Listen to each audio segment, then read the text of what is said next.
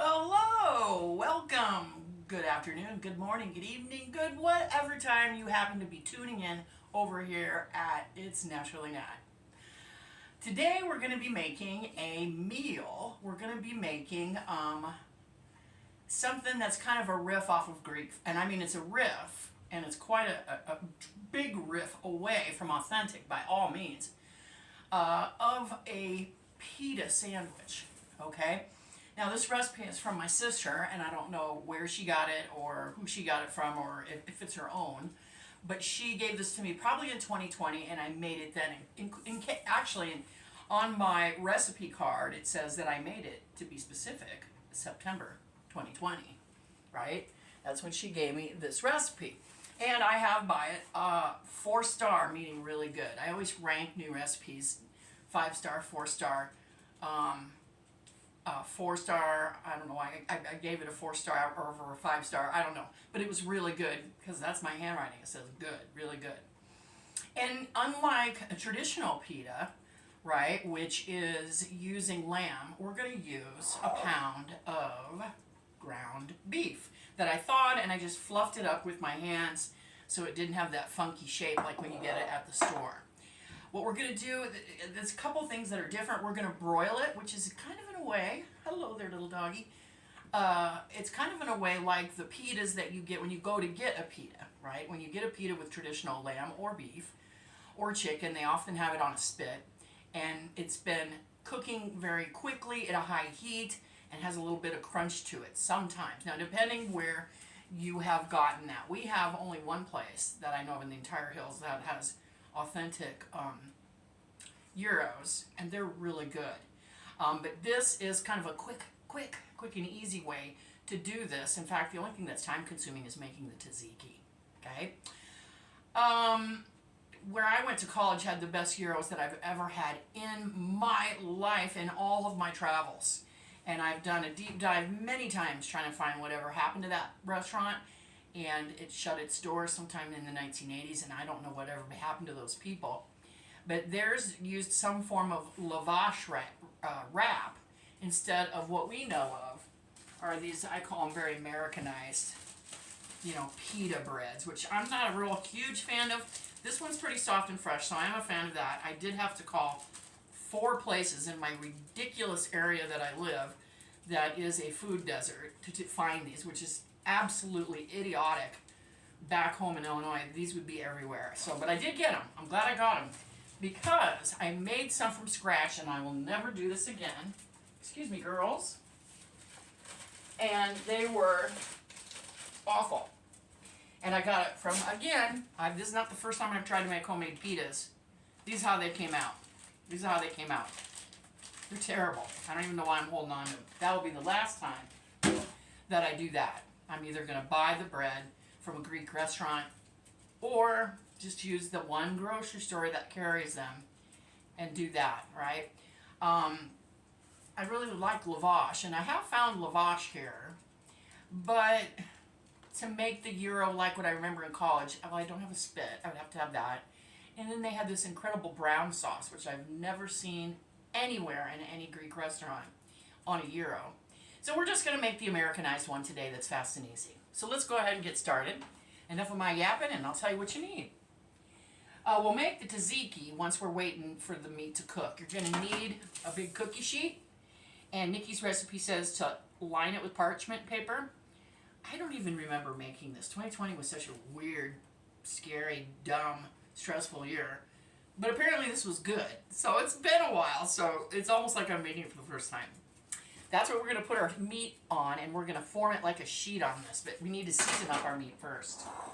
Now, one thing that you'll need, and again, the grocery store I go to doesn't carry this, so I had to use the last of this. This is a Greek seasoning by Cavender's. It's wonderful.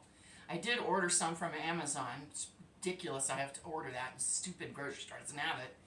But I did, and because that's all I have of this, and I'm still a little short, so I added extra seasonings to my seasonings blend right here. I don't know if you can see that. Right? But it's my seasoning blend, and what's in here is half a teaspoon of cumin, half a teaspoon of garlic powder, the what was left of my Greek seasoning, you're supposed to have 4 teaspoons, but I only had like 2.5 teaspoons.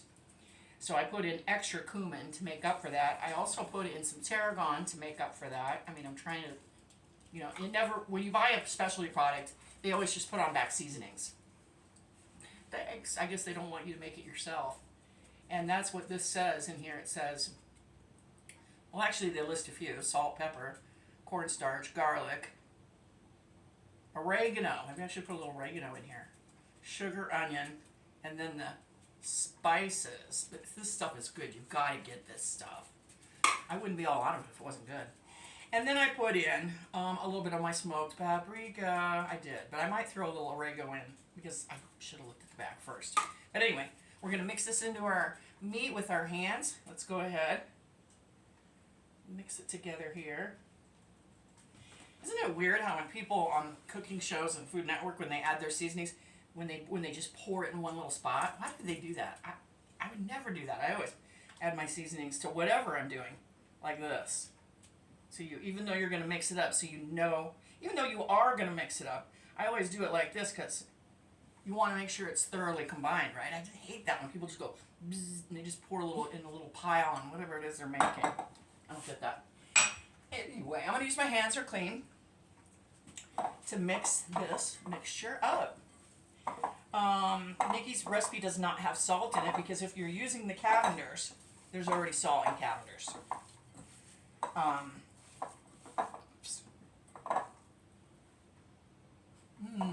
Smells good. Okay. So we get this mixed up pretty good. Then we're just supposed to spread it out into a thin layer on the bottom of the parchment lined pan. So let's do that. A thin layer, I think the reason why a thin layer, that's why you're doing it that way, is because you're cooking it under the broiler, right? I got my oven on high, and I have the rack, not at the highest, because I can't remember what meat this was, if it was 80-20 or 90-10, I can't remember.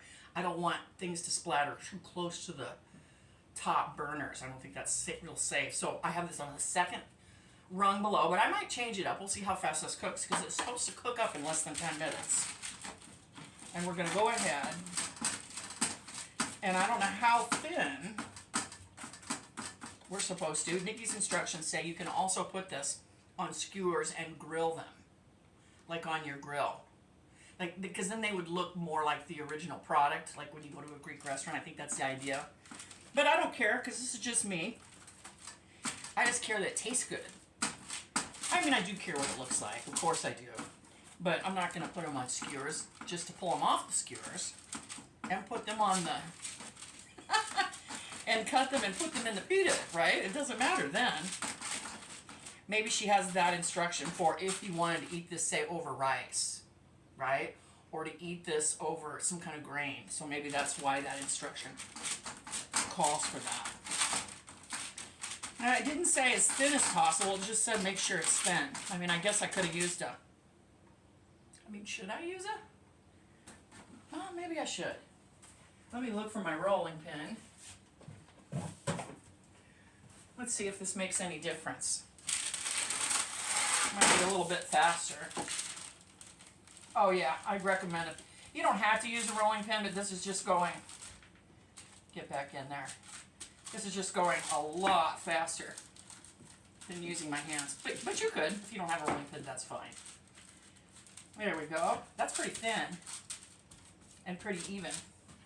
And my guess is you're using the parchment paper for ease of cleanup, because with the fat content, it's not going to stick, right? That's my guess. Okay, so we're going to put this in the oven. I'm going to set the timer for 10 minutes. In Nikki's recipe, she noted that she took it out halfway and drained the oil off, and put the pan back in it in a slightly different direction. She must have she's got a new oven now, so maybe that her other oven that she replaced didn't cook evenly. I don't know. I'm just going to keep an eye on it. Okay, let's hit the timer. 3, 4, 5, 6. Let's say 7, because I mean it is the broiler, and we'll use our nose too. We should be able to smell it cooking, right? Next thing we need to do is make the tzatziki, or you could buy this. You could just do the meat part, just like what you've seen me done thus far. You could just buy the tzatziki if you wanted to. It's not going to be as good as homemade, but I'm sure if you have normal grocery stores that do a good job, unlike what I have out here, you probably could get just perfectly fine tzatziki and a variety of pita breads to choose from if you're in the city. Okay? So what we're going to need is, it said what did it say?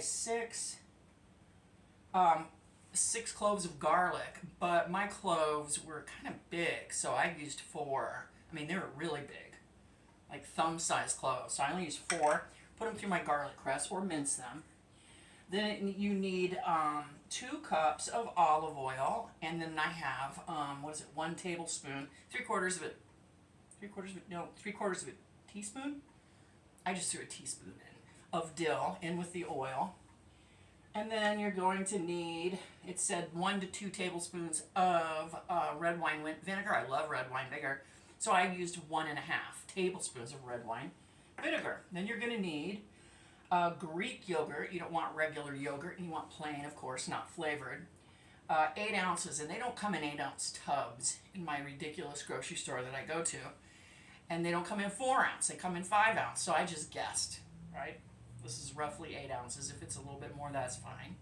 Then you're supposed to grate a cucumber on a box grater, put it in a clean kitchen towel, which this was clean, now it's green colored, and then over the sink, squeeze it into a ball really hard because you want to get all the water out. Cucumber is 90% water, and I did that, and I got all the water out.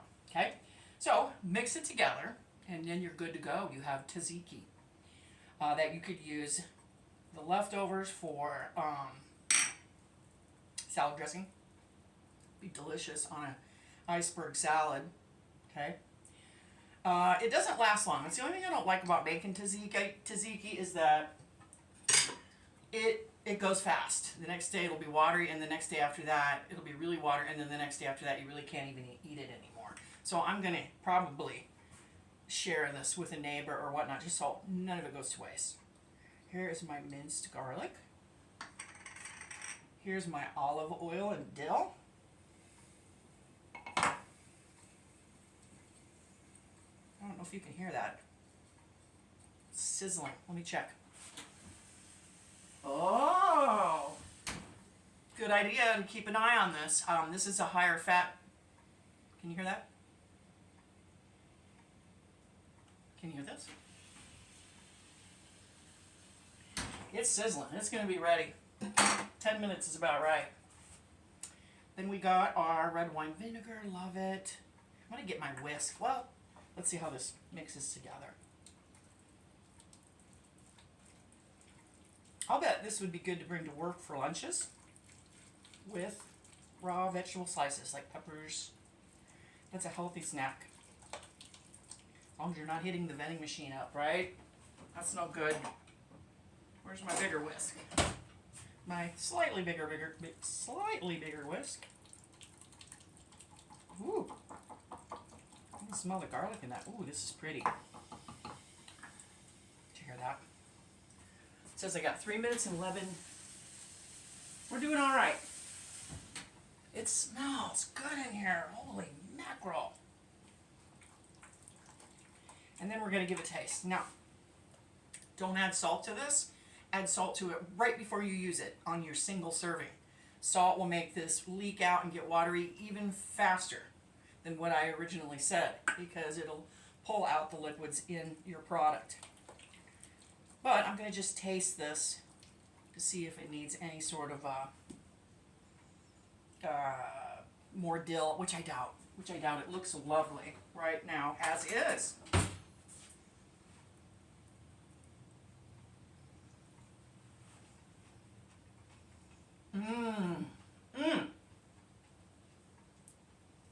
Very fresh. I use a good organic English cucumber. I forgot to mention that because it was on sale, and because it's the star ingredient. So you don't want to use some nasty old thing that's beat up. Looks like somebody kicked it in the back. This is what this is looking like. So we're definitely going to have extra, but no problem. I am so bringing this to work and snacking on, right? And you're going to need your pitas, whatever you can find or whatever you prefer. For toppings, for me anyway, I just like sliced tomatoes, chopped onions, feta, which by the way you can store in your freezer. It makes it last a lot longer. And some sliced up thinly romaine or iceberg, okay, for the crisp. Let's take a look at this. I'm really curious. Woo!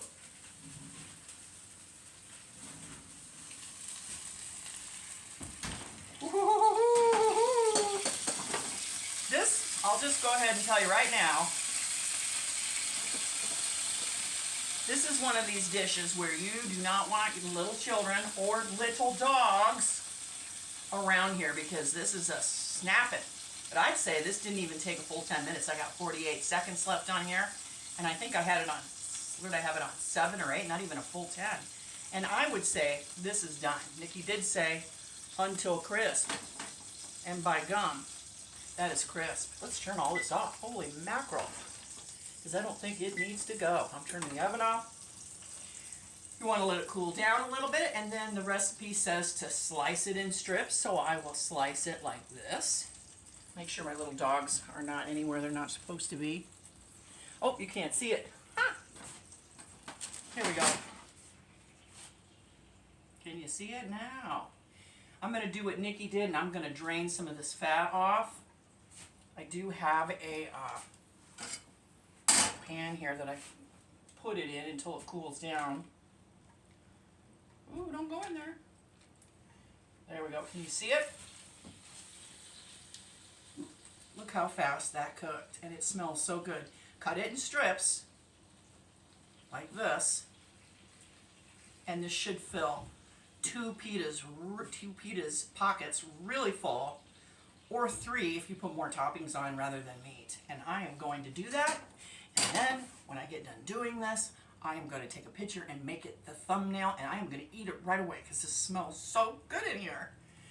And I can't wait. In fact, I'm going to cheat.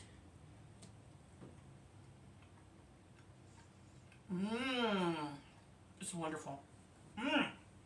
It's really good. It's going to be so good smothered in that tzatziki. Go ahead, make these. If you do more than a pound, and this sheet pan was totally big enough for that, keep it thin. You could probably fit 2 pounds on here, but you'll definitely have to take it out and pour out some of that grease. And parchment paper can be used over again in low temperatures, but remember, we broiled this on high. Look what it did. I don't know if you can see. Look what it did to the paper, right? Which is fine. So you got to keep an eye on it. You can't go check the laundry while you're doing this. You have to stay in the kitchen and keep an eye on it because that went fast. And we can't obviously reuse the parchment paper because the temperature was too high. So wherever you're at, I hope that you're having a wonderful day. Make sure that you hit the thumbs up button and like my video, and hit the subscribe and the bell, and you'll get notifications when I upload new videos in the middle of the week and on Sundays. And wherever you at, you have a great day. Bye-bye.